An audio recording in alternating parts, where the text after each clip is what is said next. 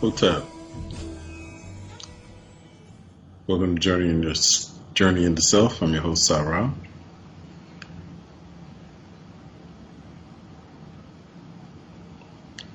A couple of weeks ago, maybe a few weeks ago, I went to a spiritual retreat, and I want to share some of the things that were shared with us during the retreat about what's going to be in store for us ahead of time, or in the future, near future, and things that we are going to need to do to prepare.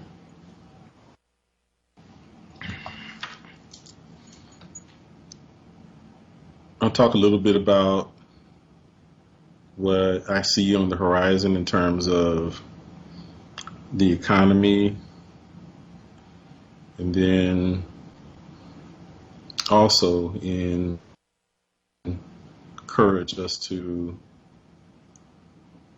be focused on engaging in our spiritual practices. Not necessarily in that order. I'll probably go back and forth between all of them because I think they are related. Some of the things that we're going to be facing, I think, is partly a result of the collective karma that has been accumulated by humanity. Karma is a universal law that operates on both the individual level and the collective level. So I referred to it when I posted collective karma.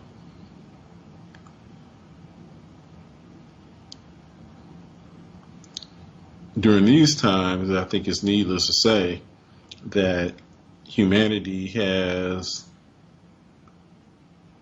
accumulated a lot of negative karma. And for those who may need a little insight into it, to how karma works, karma is essentially, as it said in the Bible, you reap what you sow. But karma works like a bank. You can either make deposits into the karmic bank or you can make withdrawals. But in order to do either, you ultimately have to have make some deposits into our account. But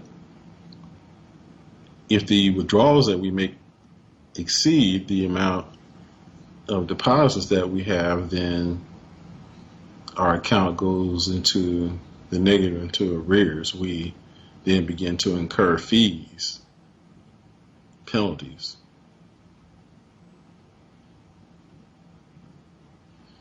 So ideally, we want our deposits, which are the positive actions that we engage in, to exceed the negative actions, which are basically the withdrawals from our account. So in current days,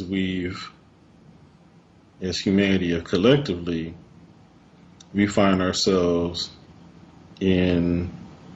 with a negative balance. We're being assessed penalties. And we have to endure the penalties as well as the the karmic debt. When our account goes negative, it's like we've taken a loan. So much of what we are going to experience is as a result of the negative karmic debt that humanity has accumulated. Thus, when I attended the spiritual retreat, and this was a retreat hosted by Amma Shri Karuna Mai, when she came to Los Angeles. As part of the retreat, she and the swamis that she invited conducted a ritual to benefit humanity by infusing positive energy into the atmosphere to reduce the effects of the karmic debt. But there is karmic debt, and humanity will have to face the consequences of that. And she explained that some of the consequences that we will face will include things such as extreme weather,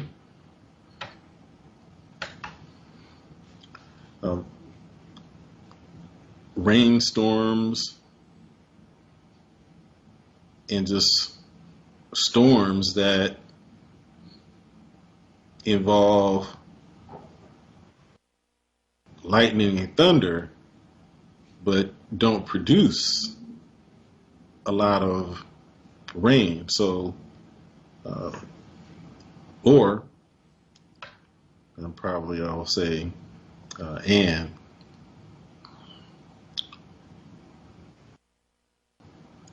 storms where the water is excessive, so it creates some flooding or results in flooding.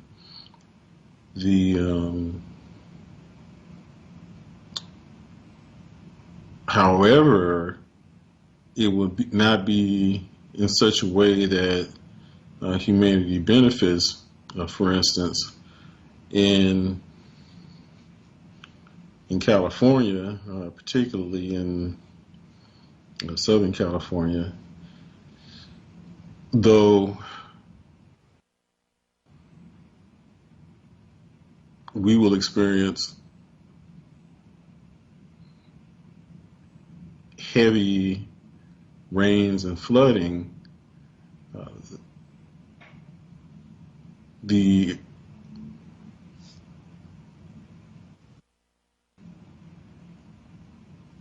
systems in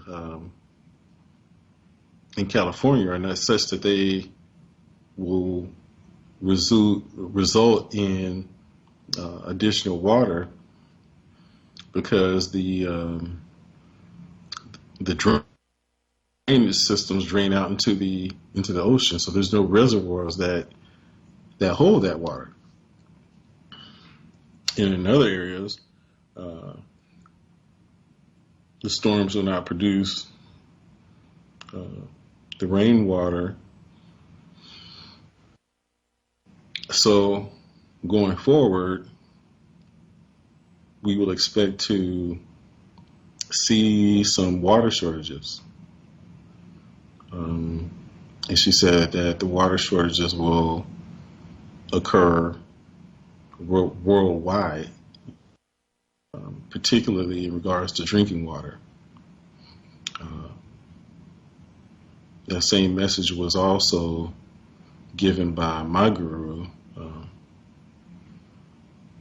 Amma Mata Amritananda Mai, who also said that we, as a result of the negative karma that humanity has accumulated, that we will be seeing some water shortages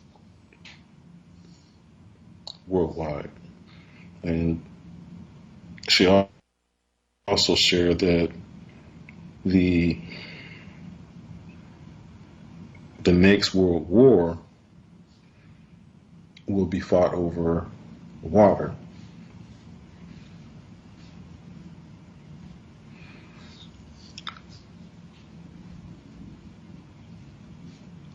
To prepare for that, I would recommend looking for and acquiring machines that can produce water. I happen to have one that produces water out of air. But it'll be those type of things that we're going to need to prepare to do. They both also indicated that there will be some food shortages.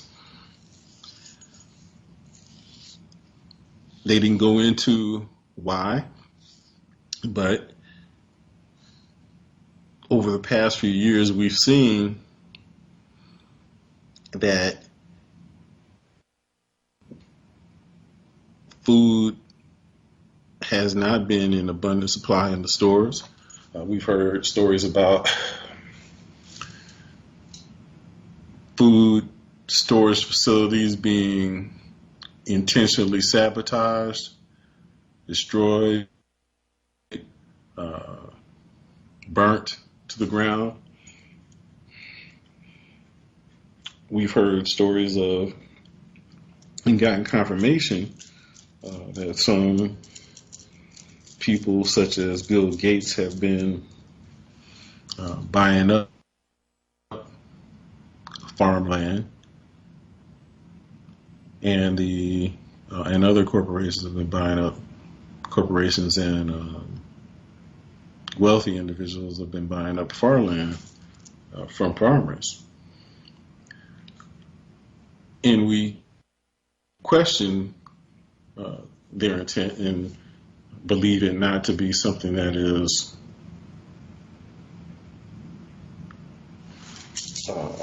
that will be beneficial. That's not done out of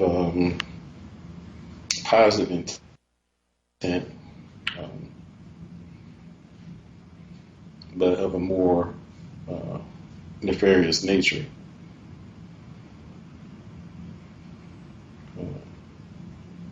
Just as it was with other things that have recently occurred. I won't mention the name of it because the censorship issues, which have been getting some of my video posts on YouTube removed. So I'll refrain from mentioning the circumstance. Nonetheless, the intent of the purchasing of the farmland is not a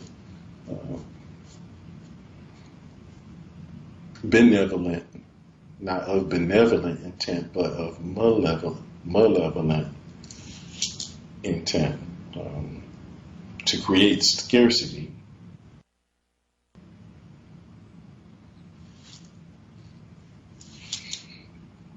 From an economic standpoint, there will also be some difficulties that will further manifest themselves. I think some people have already seen some of that begin to occur. But the effects will be more pronounced going forward. I had talked about in the past where over the past probably 10 to 20 years, we've seen a significant increase in the money supply, particularly in the United States. But I would also say that this has been something that has occurred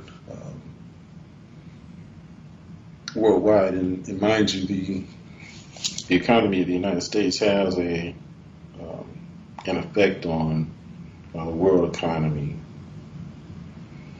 But here in the United States in particular, we've seen an extreme increase in the money supply.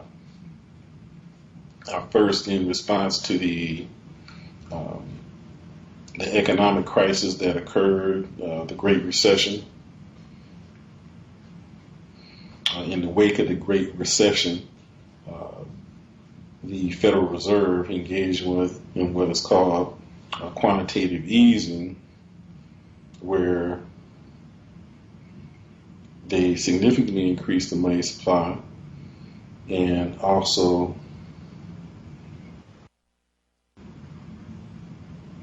reduced interest rates significantly to create more velocity of money, to create more money. Then, when COVID hit, in order to be able to stimulate the economy from the effects of COVID, when businesses were shut down, the Federal Reserve and the Treasury also significantly increased the money supply. Okay, and so you have basically two circumstances where the money supply was increased significantly.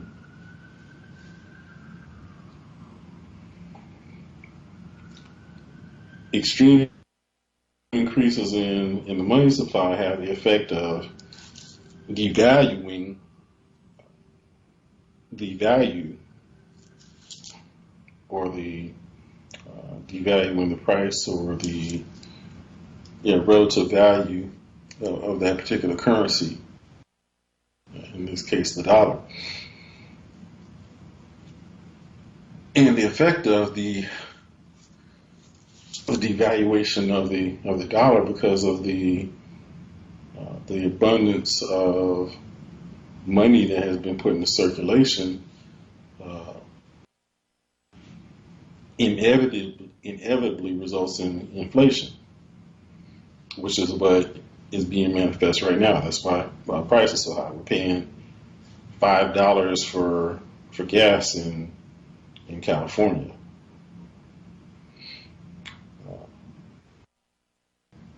The cost of groceries has gone up significantly. The cost of everything has gone up significantly. And that will continue. The Federal Reserve, in order to try to slow down the rate of inflation, has then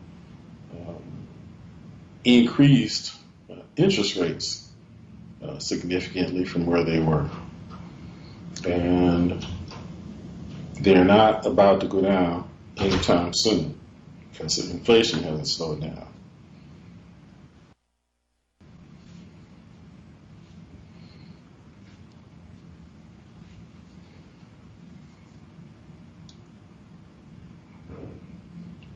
The effect of the interest rates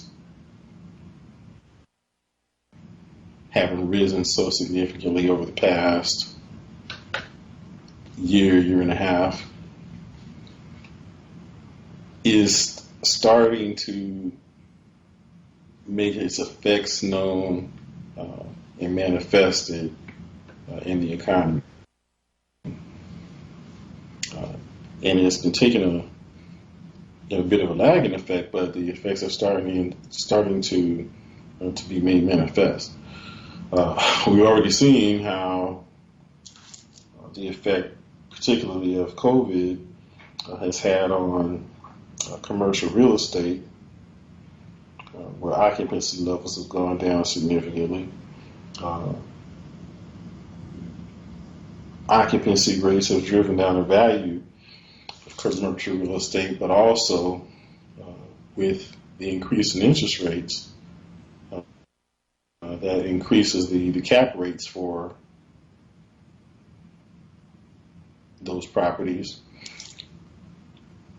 And the cap rate is the rate that is used to discount the cash flows that the value of those real estate properties are based on. So the higher the cap rate, the lower the value.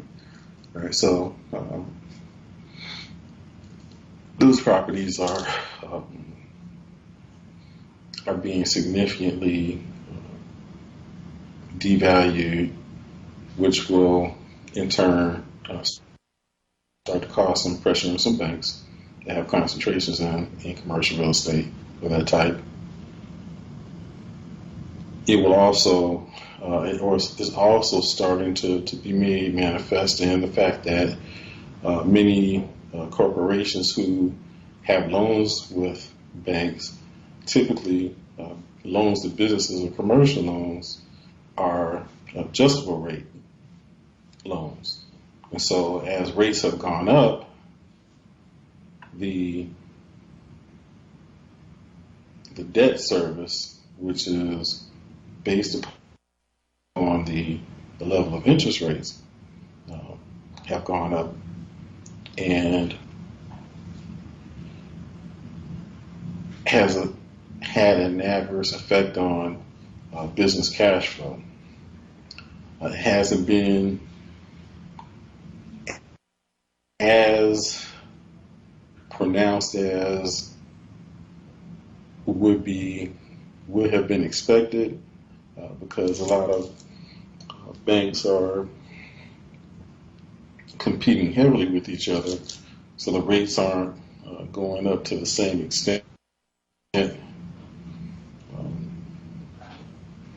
as they would normally, but the effects are still being felt nonetheless. So the profitability has gone down, cash flows have gone down, which has started to manifest itself in layoffs. And in some cases, it's caused some businesses to close. I think a very negative harbinger of things to come is the fact that both Denny's and the 99-cent store, of all places, have announced that they're going out of business. But as the layoffs start to occur, needless to say, people will have less money to be able to spend. As people will have less money to spend, that ends up having an adverse effect on business profitability. And when you just think about the macro effect of that and how it ends up affecting the cash flow of businesses, which again in turn affects their cash flow, resulting in more layoffs. And so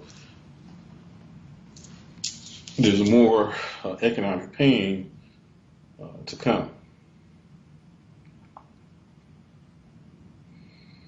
So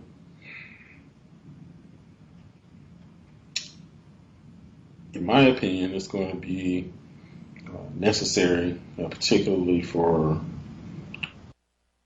people of color, black people in general, to have a more collective mindset and not to be as self-centered, because it is going to be necessary for people to be assistants to each other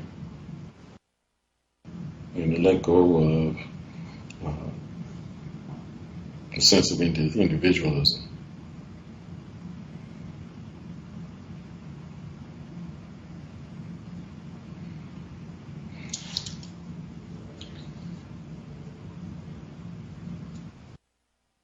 And then, needless to say,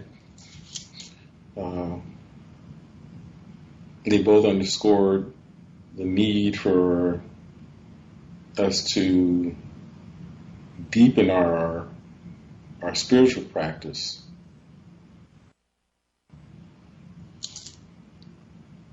We're going to need to be able to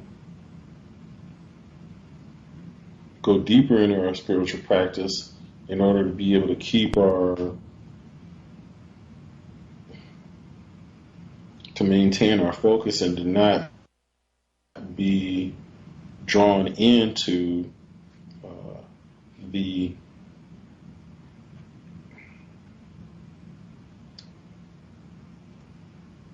negative effects of what is going to be happening.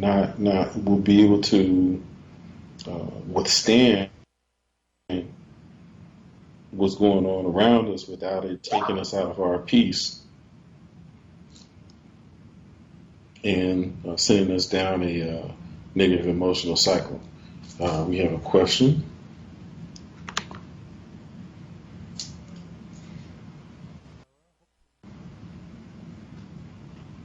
Go ahead with the question, Brother Jamal. Okay, there we go.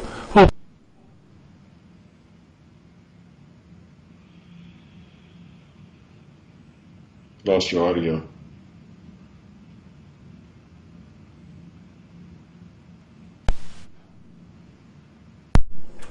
Okay, hopefully you can hear me now. Hear you. Okay.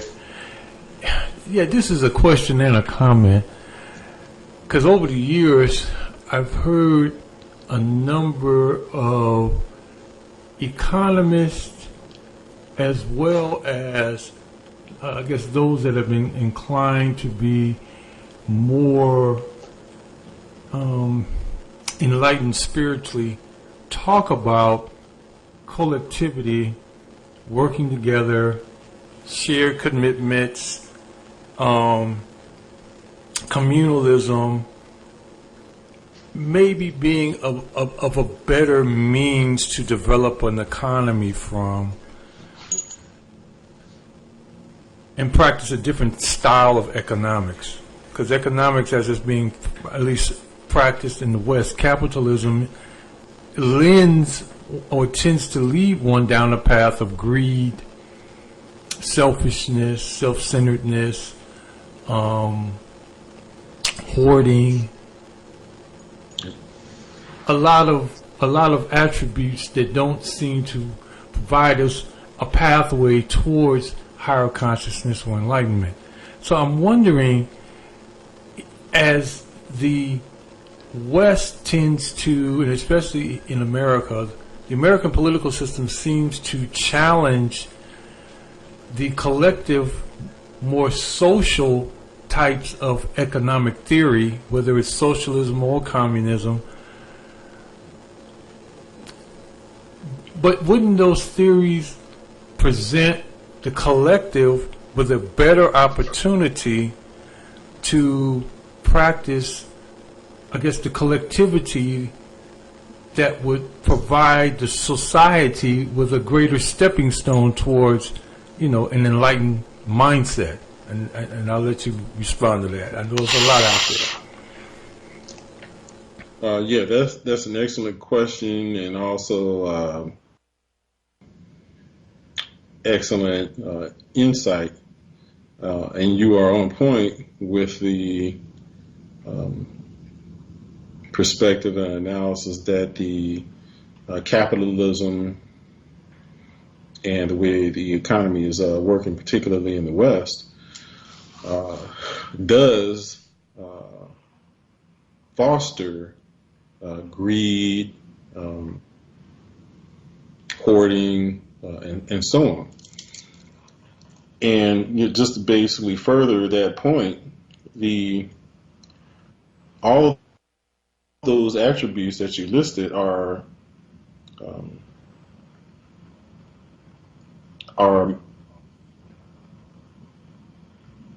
representative of ego consciousness.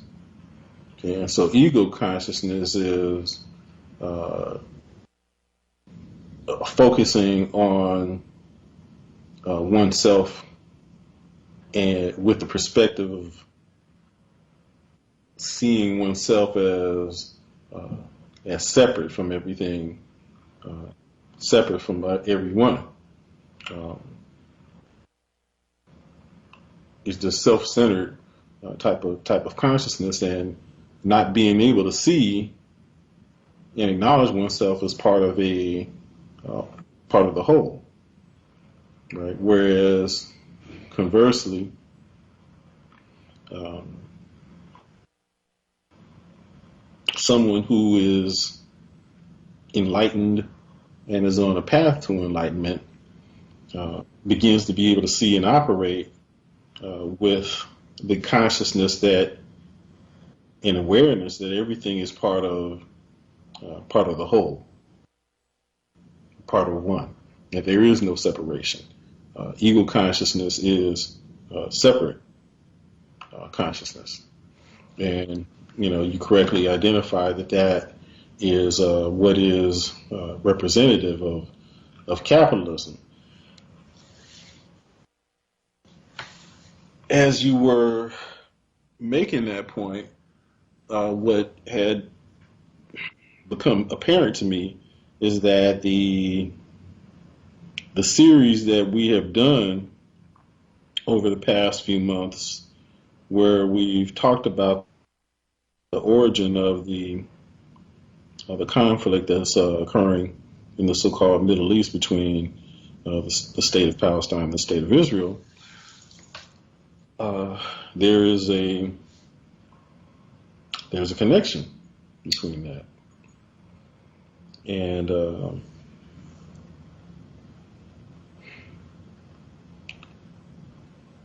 we went back in that series as we were going back into the historical origins of that conflict, and talked about the going way back into the timeline when the Judahites started developing their philosophy as to how to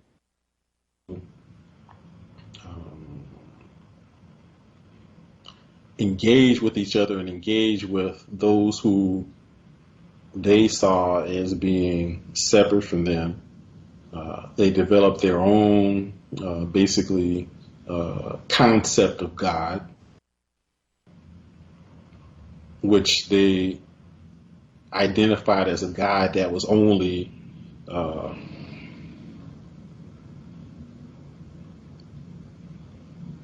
partial to them, and who identified them as being separate and apart from humanity, and had elected them as a chosen people. Okay, and so it's that same separate egoic type of consciousness that has permeated throughout that whole philosophy and the religion that was generated as a result of that. And we noted in the past shows where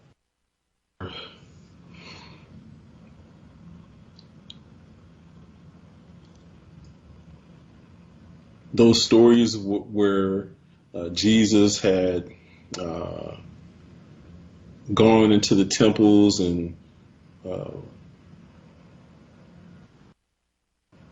overturned tables of the money changers, took them to task for how they operated, called them out for creating their own doctrine that he did not consider to be the law of God, that they made their own man-made laws. Well, capitalism ended up evolving from that, because those people who ascribed to that particular philosophy were those who ended up creating the mechanisms that particularly control capitalism, which is the fractional banking system.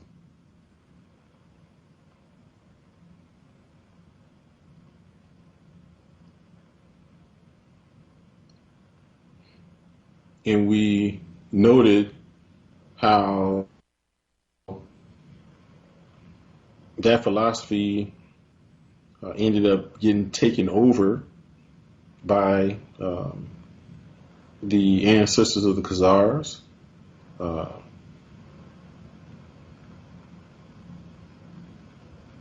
whose ancestors are those who control both Israel and the Ukraine. But they also control communism.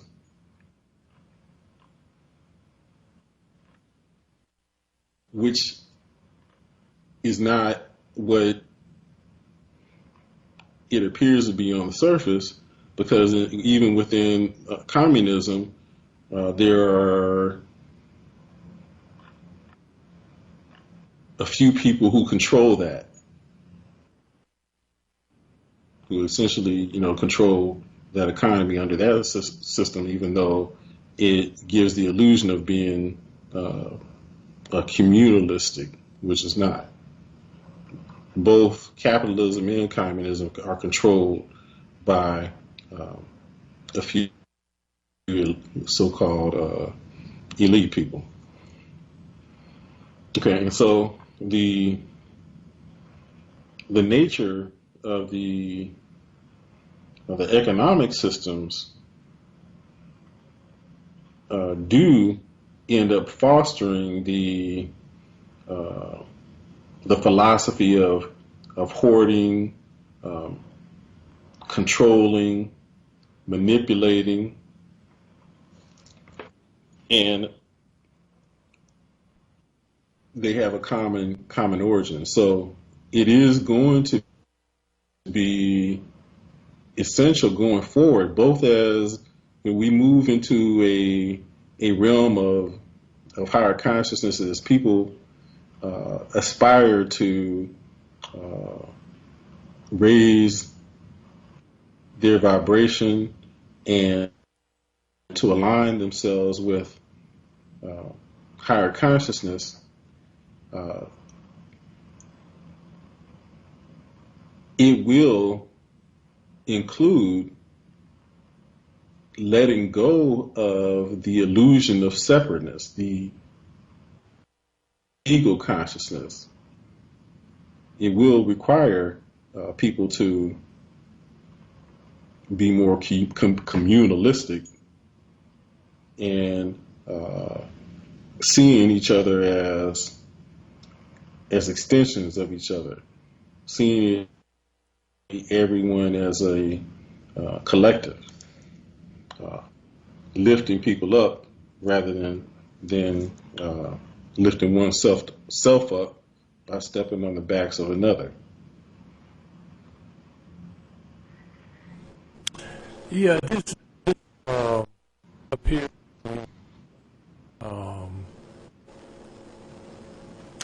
We're at a crossroads, obviously, in terms of making the transition from one age to another age, from a age where those attributes of greed and selfishness tend to be highlighted, and in some cases, if not for a period, actually flourished, to where we're moving next to a period, an age, where the selflessness will be highlighted and much more appreciated.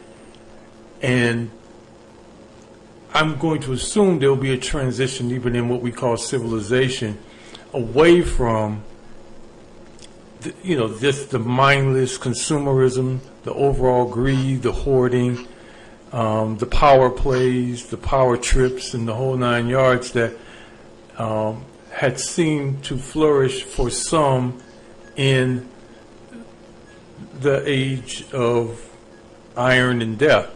So that would kind of explain for some, as we're in this shifting period, that what we're calling inflation, what we're calling the high cost of everything now, the period where everybody is obviously more mindful of their quote-unquote finances. I personally just see this as a stepping stone towards letting it all go. Letting it all go. Now, I don't know if letting it go will kind of maximize itself in 50 years or 100 years as we're, moving towards the age of ascension. But letting go of the mindless materialism, well, that will prove to be bad for business as it is practiced today.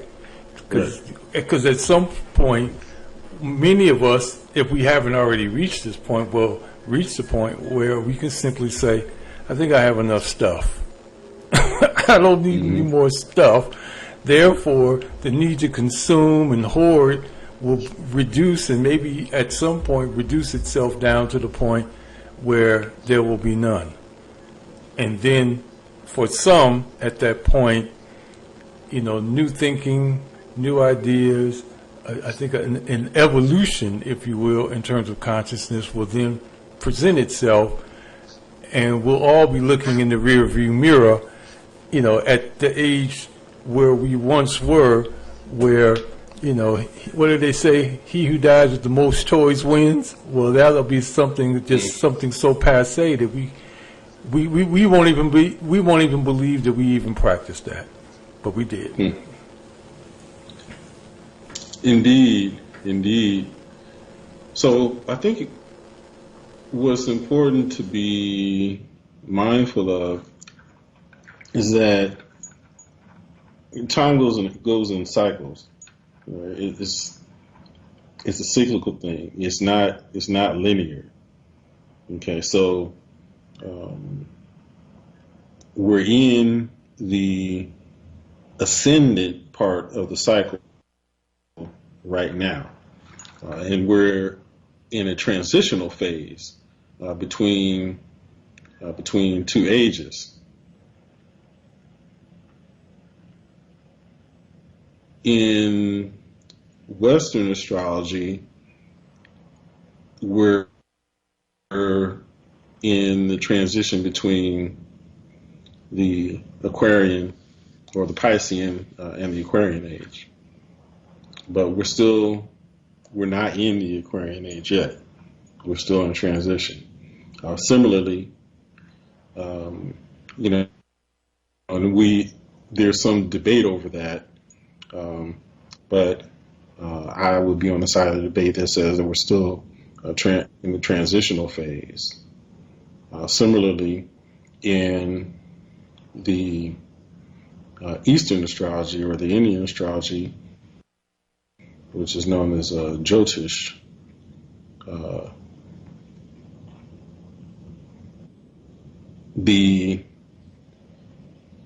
we're in a transition from the Kali Yuga to the Satya Yuga, I believe it is.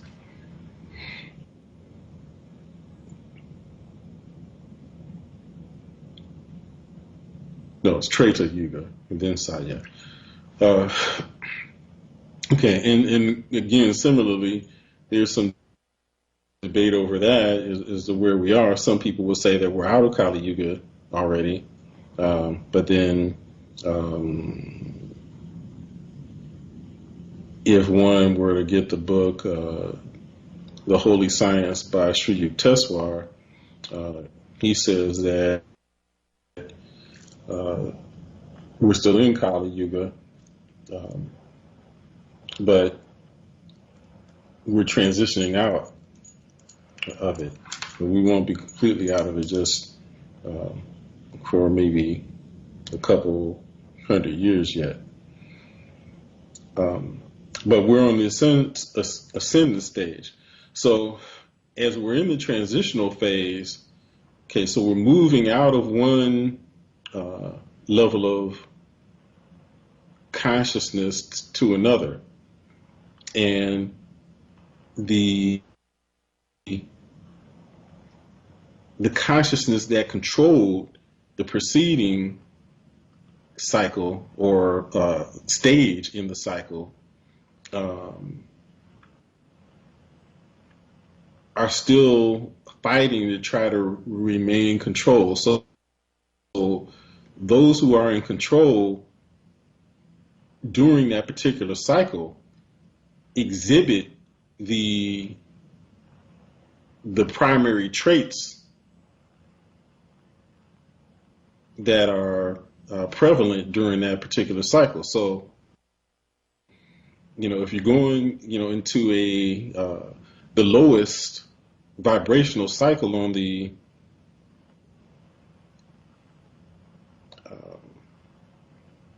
the lowest part of the cycle, those who exhibit those type of attributes will rise to the forefront and will be in control. And that was foreseen by the ancients when they recognized that the cycle was moving on the descendant path. And so they had foreseen that humanity would descend into this more egoic type of consciousness to where they will move away from the awareness of the collective nature of humanity, will lose the connection to spirit and go through very dark times of ignorance and ego type of consciousness. So those forces now remain in control, but they also are aware of the fact that we're on ascendant part of the cycle. So they know that their time is coming to an end, and so the response is more desperate in terms of being able to retain control. And so that's why we ended up having things like what occurred over in 9/11 and the things that happened in the aftermath of 9/11, where you had a more increased surveillance type of society, right? More satellites and more cameras, more monitoring of people, both from a satellite perspective and also monitoring people's online activity. People have cameras in their homes, cameras on their computers, cameras on their TVs, cameras so that they can watch their homes. But those cameras that are installed in people's security systems are connected to some type of company who has control over that, and who knows who else is getting access to that, right? And we've seen movies where different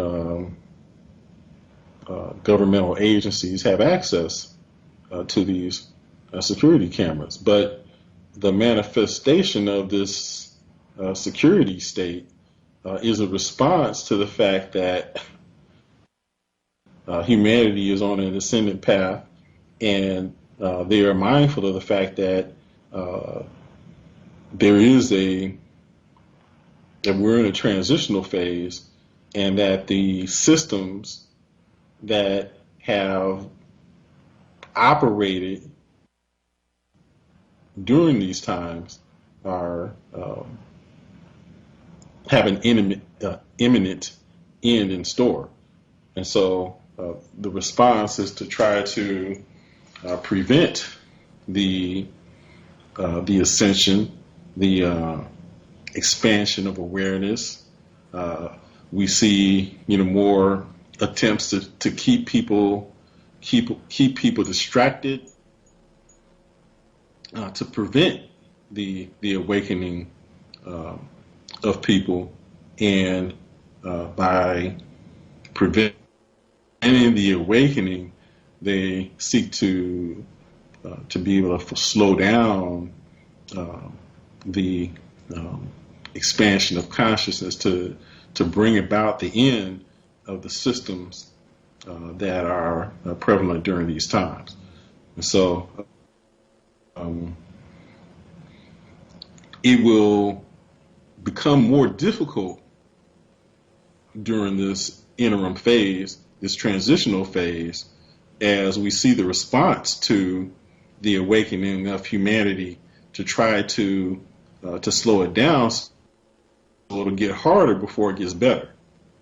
And that's what we're starting to see manifesting right now. It's more difficult as they respond to try to prevent the end of the egoic and self-centered type of ways and systems. They're responding to try to prevent that transition. So we're seeing that, as I said, with the surveillance state, and also to create scarcity, because by creating scarcity, it provides the opportunity for them to be able to retain control over people. So, lastly, on the political front, within this context of shifting ages, shifting consciousness, there's obviously some entities, if you will, that would prefer the masses to look backwards, to look over their shoulder, so to speak, from where we once were, and see that as being more favorable, because you're seemingly more familiar with it, than going forward to what and express that what comes next is the great unknown, and the great unknown is to be feared. Mm-hmm. Yeah. Well, fear is part of ego consciousness, because fear manifests itself when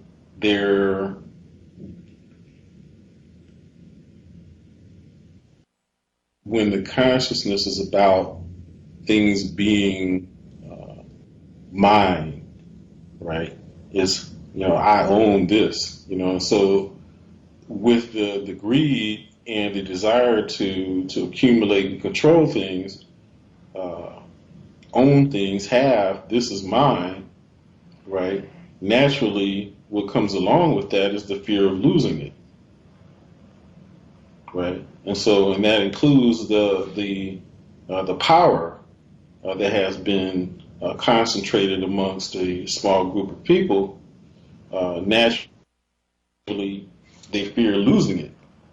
They're losing the power, losing the economic advantage that they have, the money, and so on, along with the systems.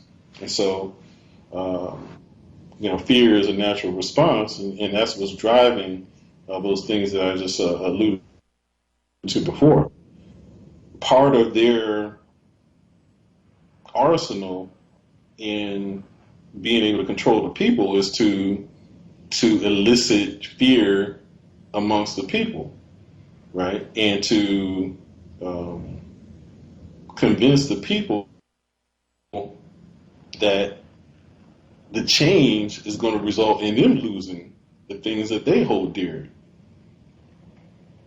and wanting to go back to the illusion of the good old days, right?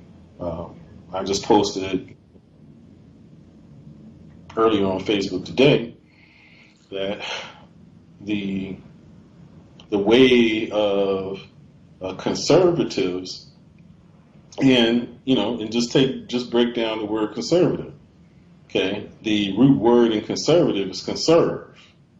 What is it that they want to conserve?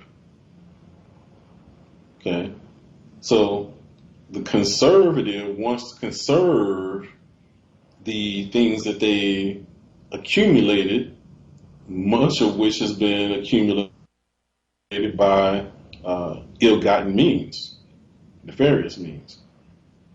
But they want to hold on to that, the bounty that they've accumulated, right? And so when we see things where, like, the conservatives want to, for instance, reduce the size of government, well, it's not that they're trying to save money for the people. It's really just a means to be able to further redistribute the wealth from the poor to the entitled few, right? So what ends up happening is that they reduce so-called government spending and eliminate the size of government, which really just translates into eliminating government jobs, which is instead they contract out to companies that are controlled by the entitled few. And so the taxpayers' money instead going to benefit the people by employing them and paying them directly. Instead, those funds are siphoned off into companies controlled by the entitled few, and contractors such as security contractors, which we just talked about, and defense contractors, right? And so it's just a shell game. It's just a redistribution of funds. They're not saving money. They convince people in thinking that it's conserving anything, but when you see conservatives in power, there's no reduction in the budget. The deficit goes higher during those times.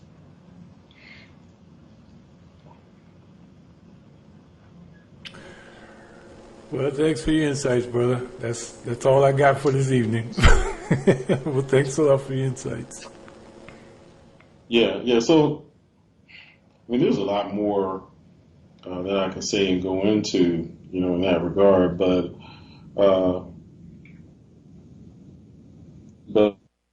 yeah, what's going to need to happen is a transition from people just seeing things in terms of the ego consciousness and evolving to identify more with a higher consciousness, which is a collective consciousness. And so, and that's why, we do the show, and it's called, Journey into Self. And we talk about not just things that pertain to spiritual practice, because all of this is related, and so we can't look at spirituality as separate from life, because it's all part of one. Spirituality is not, an escape from life. Spirituality is about being able to integrate the principles into how we conduct ourselves in life, which includes the how we conduct ourselves in terms of society, which includes economics and finance, right? And so when we were in the cycle, which all philosophies pretty much refer to as the golden age, we operated on a higher level of consciousness, not just from a spiritual standpoint, but all of the institutions operated on that same level. Okay, and the leaders operated from a sense of higher consciousness. They were spiritual people. They were more enlightened, and so thus the systems were consistent with that. The economic systems were consistent with that. The political systems were consistent with that. The society operated in such a way that there was collective benefit. There was no, separation. There was no distinction among classes and things like that. And so we're moving back in that direction. But again, as we make that transition, there's going to be pain, because those people who control things now are not letting go of the reins willingly.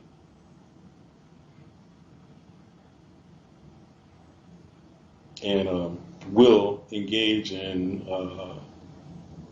every tactic that they have at their disposal to prevent the transition, which will end up resulting in their loss of power. So again, that's why the spiritual teachers are encouraging us to engage in our spiritual practices, because as we become more dedicated to engage in our spiritual practices, our consciousness will begin to expand. We will begin, to ascend, and as we ascend, we will start to erode the illusion of separateness, which will then create the evolution of more of a collective consciousness amongst humanity, and thus we will begin to create more of a positive collective karma for humanity. So, with that, I will conclude, and we'll pick it up again next time we get together on Journey in the Self. So thank you for listening, and thank you, brother, for your Brother Jamal, for your questions and comments.